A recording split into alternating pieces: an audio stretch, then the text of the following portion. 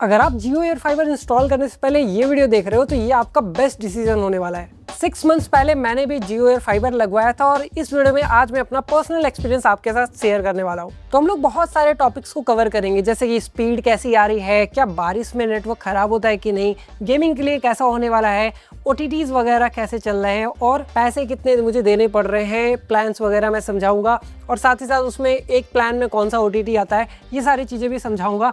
Currently मेरा कौन सा प्लान है ये भी मैं आपको समझाऊंगा। तो वीडियो को पूरा देखते रहिएगा, ध्यान से देखिएगा और चीज़ों को ध्यान से, अगर आपको याद नहीं रहता है तो आप स्क्रीनशॉट या नोट डाउन कर सकते हो। ओके, तो बारिश में क्या नेटवर्क खराब होता है, मतलब कि आप समझ लो आपका, क्योंकि ये आपने अगर मेरा पहला वीडियो देखा होगा तो उसमें मैंने दिखाया कि एक आउटडोर यूनिट लगता है और वो एक एंटीना की तरह काम करता है। तो यहाँ पे बारिश वगैरह जब हुई ना, तो मेरे नेटवर्क पे पर्सनल में अपना एक्सपीरियंस बताऊँ तो कोई भी तरह का प्रॉब्लम देखने को नहीं मिला। यानी कि बारिश वगैरह भी हो रही है तो भी आप एकदम नॉर्मल नेटवर्क जैसे यूज़ करते हो वैसे ही यूज़ कर सकते हैं और बारिश से ऐसे कोई भी इफेक्ट नहीं पड़ा।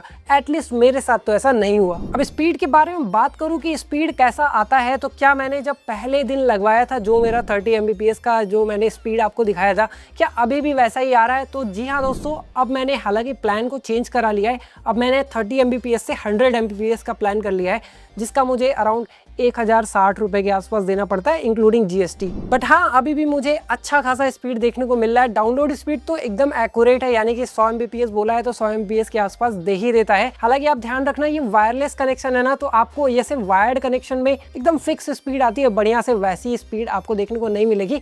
कभी कभार फ्लक्चुएट होती रहती है, ऐसा नहीं है कि 100% हमेशा एकदम बढ़िया ही चलता रहता है। बट ओवरऑल में बोलूँ तो एज सच कोई प्रॉब्लम नहीं होती है। जैसे कि मैंने 30 Mbps भी काफी दिन तक यूज किया, अराउंड 3 महीने मैंने 30 Mbps का प्लान यूज किया था और उसमें भी मुझे कोई प्रॉब्लम नहीं आई। जो स्पीड हमारी दिखा रही थी वही हमारी स्पीड 3 महीने बाद और इस समय भी 6 महीने जब मैं यूज कर रहा हूँ अभी भी आ रही है। डिफरेंस क्या है ना कि अपलोड स्पीड में थोड़ा डिफरेंस है, यानी कि अपलोड में मुझे 30 में 30 ही मिलता था, अभी मैं 100 Mbps पे आ गया हूँ ना, तो मेरा अपलोड स्पीड थोड़ा सा फ्लक्चुएट करता रहता है। यानी कि ऐसा समझ लो आप कि 100 Mbps अपलोड स्पीड आनी चाहिए, तो वो कभी मुझे मिली नहीं।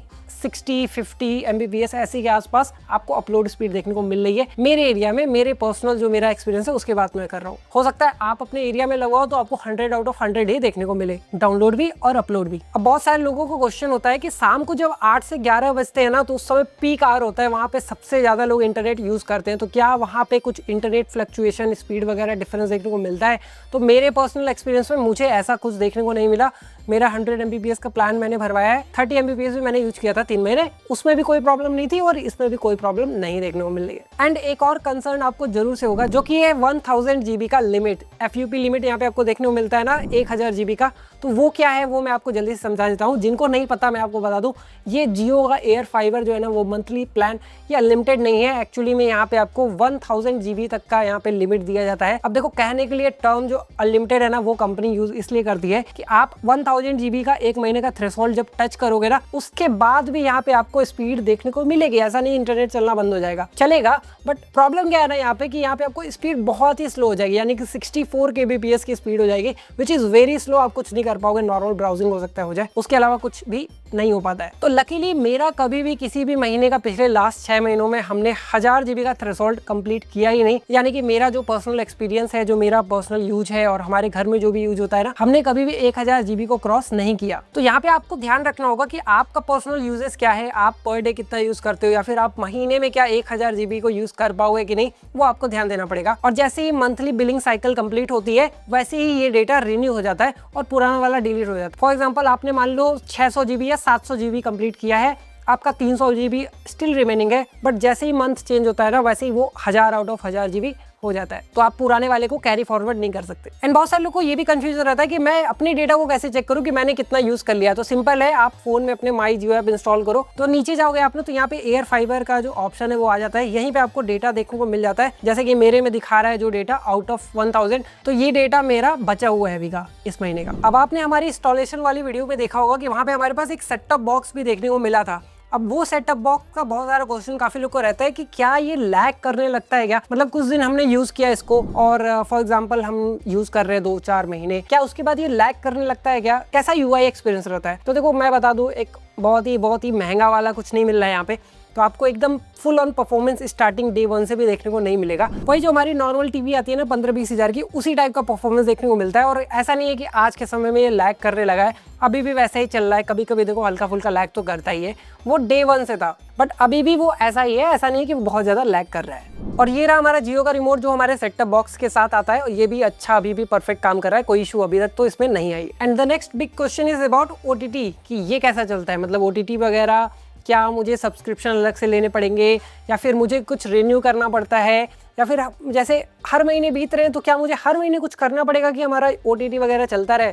तो देखो OTT का हमने जो पहले प्लान लिया था ना वो 30 Mbps का लिया था, जो कि आई थिंक अराउंड 599 का मैंने आपको बताया था, 599 प्लस GST। इसमें आपको जियो हॉटस्टार, सोनी लिव, G5 इस तरह के प्लेटफॉर्म देखने को मिलते थे। अब देखो यहाँ पे जो सोनी लिव वगैरह है ना, वो उसमें एड्स वगैरह आते हैं, वो वाले सब्सक्रिप्शन आपको देखने को मिलती है, बट स्टिल इसमें प्लान के साथ आता है तो आपको लेना ही पड़ेगा। एंड अबाउट रिन्यूअल की, मतलब आपको हर महीने कुछ ऐसा करना पड़ेगा क्या, रिन्यू वगैरह करना पड़ेगा? तो जो मैंने ऑब्जर्व किया है ना, अगर आप अपने सेट टॉप बॉक्स को हर मंथ ओपन नहीं करोगे, ऑन नहीं करोगे, टर्न ऑन करके उसमें ये सारे ऐप्स नहीं चलाओगे, तो ये रिन्यू टाइप का ऐसा समझ लो आपकी रुक जाएगा, मतलब रिन्यू नहीं होता है। तो आपको सेट टॉप बॉक्स को हर महीने एटलीस्ट एक बार तो ऑन करना ही पड़ता है। ये मेरा पर्सनल एक्सपीरियंस है। अब जियो ने चेंज कर दिया हो कुछ रूल तो मुझे नहीं पता, बट मेरा अभी भी ऐसे ही काम करता है कि हमें हर महीने एक बार तो ऑन करना ही पड़ता है अपने सेट टॉप बॉक्स को। और इसके साथ एक और 30 Mbps का प्लान आता है जो कि 888 प्लस GST का चार्जेस के साथ आता है। अब यहाँ पे आपको आपका नेटफ्लिक्स जो बेसिक वाला होता है वो देखने को मिलता है, Amazon प्राइम लाइट देखने को मिलता है, यूट्यूब प्रीमियम देखने को मिलता है, और बाकी सारे जितने भी आपको आपके 599 वाले में मिलते थे ना, वो सारे प्लान आपको देखने को मिलते हैं। तो ये भी मुझे कुछ खास नहीं लगा। अगर हमारे पास ऐसा ऑप्शन होता कि हम लोग सिर्फ और सिर्फ इंटरनेट का पैसा दे पाते, OTTs वगैरह कैंसिल कर पाते, जैसे कि हमारा एयर फाइबर की बजाय जो आपका वायर्ड वाला फाइबर आता है ना, जियो फाइबर, उसमें आपको देखने को मिलता है, तो मैं प्रेफर करता कि ये सारे OTT को हटाओ और सिर्फ इंटरनेट वाला प्लान लो। बट क्योंकि आपको ये सारी चीज़ें इंक्लूडेड देखने को मिलती है, तो आप इसे भी यूज कर सकते हो, इसे भी रन कर सकते हो। एंड फन फैक्ट ये है कि आपने जिस नंबर से रजिस्टर करके अकाउंट बना के यहाँ पे सब्सक्रिप्शन वगैरह ली है ना, उसी नंबर से आप दूसरे डिवाइस में भी लॉग इन कर सकते हो और वहाँ पे भी ये आपका अकाउंट चलता है। तो फॉर एग्जाम्पल आपके पास एंड्रॉइड टीवी है, आप सेट टॉप बॉक्स में जरूरी नहीं कि ऑन करके आप वहीं पे चलाओ, आप अपने टीवी में भी उसका अकाउंट लॉग इन कर सकते हो और वहां पे भी आप डायरेक्ट चला सकते हो। इवन फोन में भी आप लॉग इन करो, वहां पे भी चल जाएगा। Okay, so next big question is about ping. Gaming वगैरह का क्या सीन है? काफी लोग जियो एयर फाइबर लगवाते हैं तो भाई गेम वगैरह भी तो खेलते होंगे फोन में, BGMI खेलते होंगे फोन में, वैलोरेंट खेलते होंगे PC में, तो पिंग का क्या हाल चाल है? मैंने भी एक्सपीरियंस किया यार, 6 महीने में मैंने हर कुछ चेक किया है बैठ के, तो मेरा एक्सपीरियंस मैं आपको बताता हूँ। तो जब मैंने वैलोरेंट को चेक किया ना, तो यहाँ पे पिंग का क्या हाल चाल है मैं आपको बताता हूँ। देखो, हमने 30 Mbps पे भी गेमिंग करके देख ली और 100 Mbps की इंटरनेट पे भी गेमिंग करके देख ली है। दोनों में ही थोड़ा बहुत इशूज है पिंग का, ऐसा नहीं है कि आपको स्टेबल पिंग देखने को मिलता है, ऐसा नहीं है। तो जब आप गेमिंग करोगे ना, तो बीच बीच में आपको पिंग स्पाइक होने को देखने को मिलती है, बीच बीच में ऐसा लगता है कि पिंग ज्यादा हो रही है, कम हो रही है। ऐसा नहीं है कि लगातार ये प्रॉब्लम आती है, बट स्टिल आती है और आपको इसके साथ अवेयर रहना पड़ेगा। तो अगर आप एक गेमिंग के लिए आप इस नेटवर्क को लगवाना चाह रहे हो, या फिर आप सोच रहे हो कि मैं एयर फाइबर लगवा लेता हूँ और बहुत बढ़िया गेमिंग करूंगा, उसमें कोई इंटरप्शन नहीं आएगी, 100 Mbps का नेट लगवा दूंगा, तो चांसेस आर कि ये चीजें सही नहीं बैठेंगी और आपको थोड़ा सा पिंग में प्रॉब्लम देखने को मिल सकती है। देखो, मैं ये नहीं कह रहा कि सबको ये प्रॉब्लम आएगी, हो सकता है किसी का ऐसा एरिया हो जहाँ पे उसे प्रॉब्लम आए ही ना, बट चांसेस आर कि आपको आ सकती है, क्योंकि मुझे भी आई मेरे पर्सनल एक्सपीरियंस में, तो मैं आपको बता रहा हूँ। बट ऐसा भी नहीं है कि कैजुअल गेमिंग अगर आप करना चाहते हो तो इस पे खेल ही नहीं पाओगे, ऐसा नहीं है। आप काफी टाइम, अच्छे टाइम तक आप प्ले कर सकते हो।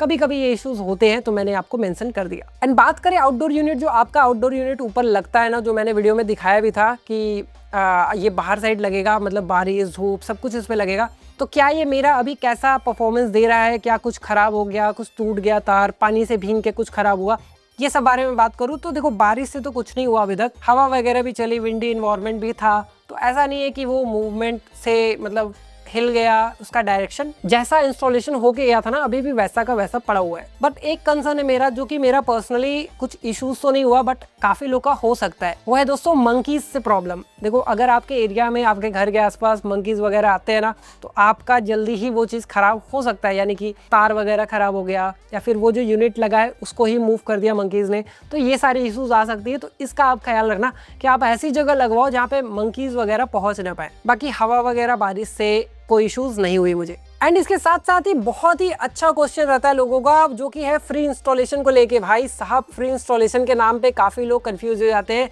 कि मेरा क्यों नहीं फ्री इंस्टॉलेशन लग रहा है, क्योंकि मैंने वीडियो में दिखाया था कि मेरा पर्सनली फ्री इंस्टॉलेशन लग गया। तो आपका कैसे लग जाएगा फ्री इंस्टॉलेशन? और अगर आप सोच रहे हो कि आपका फ्री इंस्टॉलेशन लग जाएगा बहुत ईजिली, मतलब आप लगवाओगे तो आपका लग जाएगा, तो ऐसा नहीं है भाई।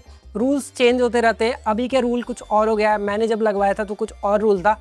जब मैंने लगवाया था ना तो उसमें 3 मंथ का प्लान मिनिमम लेना पड़ता, तो यहाँ पे मेरा 1000 रुपीज़ का जो इंस्टॉलेशन है वो फ्री हो गया था। देखो अभी का क्या सीन है ना कि अभी जो मैंने प्रेजेंटली रूल चेक किया है, तो यहाँ पे आपको 12 महीने का मिनिमम प्लान लेना पड़ेगा, तभी जाके आपका 1000 रुपए का जो पैसा है इंस्टॉलेशन का वो वेव ऑफ हो जाएगा। यानी कि अगर आप चाहते हो कि आपके घर पे फ्री इंस्टॉल हो जियो एयर फाइबर, तो आपको तो कम से कम आपको ईयरली का एक प्लान लेना पड़ेगा, यानी कि पूरे 12 महीने का एक प्लान लेना पड़ेगा। एंड अगर मान लो आपको रिलोकेट करना है, यानी कि फॉर एग्जाम्पल मैं अभी अपने घर पे हूँ, मैंने जियो एयर फाइबर यहाँ पे लगवाया है, मैं चाहूँ तो 6 महीने बाद कहीं और भी जा सकता हूँ। और फॉर एग्जांपल मेरी रिक्वायरमेंट है कि मैं इस एयर फाइबर का रीलोकेशन करा दूँ, मैं यहाँ पे, क्योंकि हमारा कोई नहीं रह रहा, तो यहाँ से मैं जो नया लोकेशन है वहाँ पे रिलोकेट करा दूँ, तो इसके भी जो चार्जेस वगैरह है ना वो एज अ न्यू इंस्टॉलेशन की तरह ही देखे जाएंगे।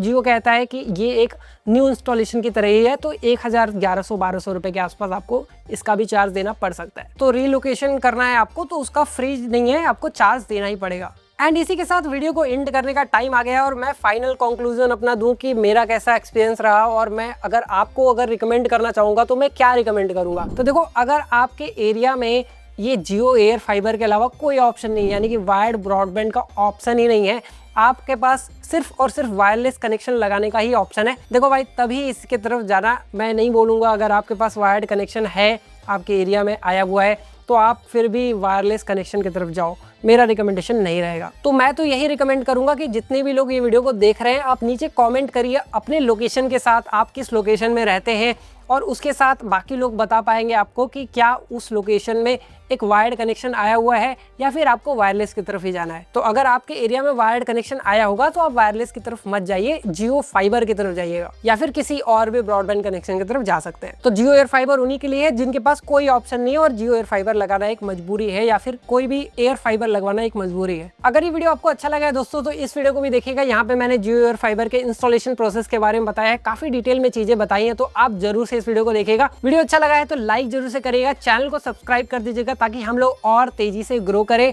मैं मिलता हूं आपको नेक्स्ट वीडियो में। This is Harshit and you watching Techie Notes AK Harshit Jaiswal.